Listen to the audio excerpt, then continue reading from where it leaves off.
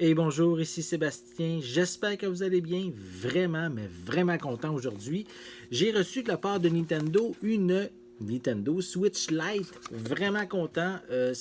La console, en fait, est déjà disponible en magasin depuis le 20 septembre 2019. Mais j'ai eu la chance, avec un petit délai, de recevoir ma copie de la part de Nintendo Canada. Donc, merci beaucoup. Je voulais vous la présenter aujourd'hui, faire un petit unboxing, faire une comparaison en même temps avec la console originale que j'ai avec moi également. Donc, on va commencer par déballer et voir qu'est-ce qu'il y a à l'intérieur. On y va tranquillement. On ouvre la boîte. Donc, tranquillement, pas vite. Voilà à quoi ressemble la petite bête. Donc, on va commencer par la console elle-même. Voilà, moi j'ai, comme on peut voir, la couleur jaune. Il existe également une couleur dans les tons gris et une autre dans les tons de turquoise.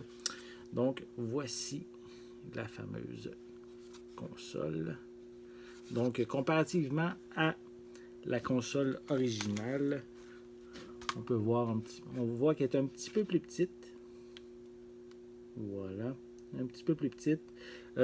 Oui, hein, évidemment, les Joy-Con qui sont détachables sur la version originale, ce n'est plus possible sur la version Lite, puisque maintenant la console Switch Lite, ce modèle-là, est simplement une console portable. On ne peut plus non plus la brancher sur le téléviseur. Les Joy-Con ne peuvent plus s'enlever.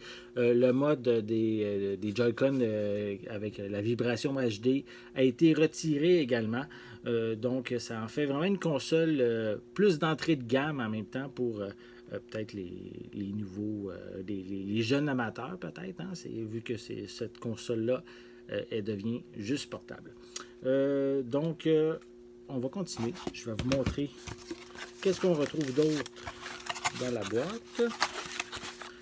C'est comme ça qu'on déballe. Donc, voilà. On va de côté. Donc, la notice de sécurité et l'information sur la console vient avec dans le petit livret.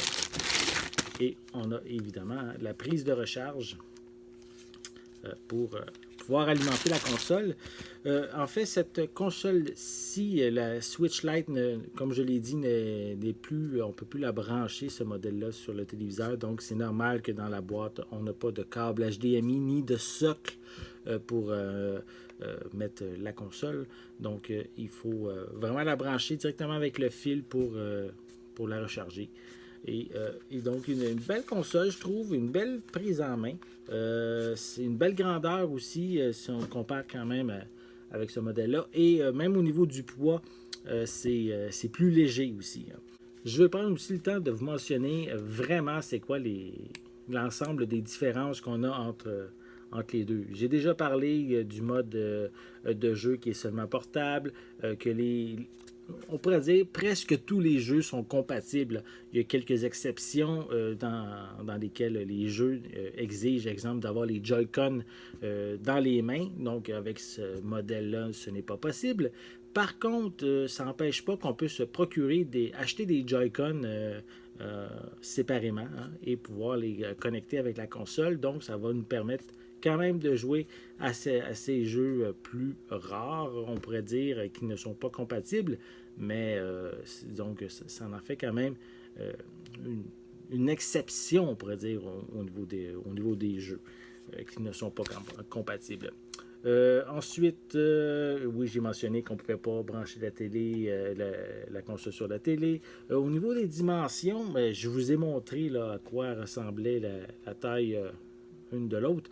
Mais en fait, la console originale, elle a une hauteur de 10,16 cm comparativement à celle-ci qui est de 9,14. Au niveau de la hauteur, on a plutôt au niveau de la longueur, je voulais dire. La console originale est de 23,87 cm, tandis que celle-ci est de 20,83, donc on a 3 cm de différence. Et au niveau de l'épaisseur, ça reste la même, en fait, à 1,39 cm. Comme je l'ai dit aussi, le poids a un petit peu changé. La console originale est de 0,39 kg ou 0,88 livres, tandis que celle-ci est de 0,28 kg ou 0,61 livres. Donc oui, c'est plus léger, plus agréable à prendre en main. On le sent immédiatement lorsqu'on l'a dans les mains, quoi. Aussi, qu'est-ce qui est intéressant, c'est l'autonomie de la batterie. Moi, j'ai la console originale, le tout premier modèle qui est sorti en mars 2017.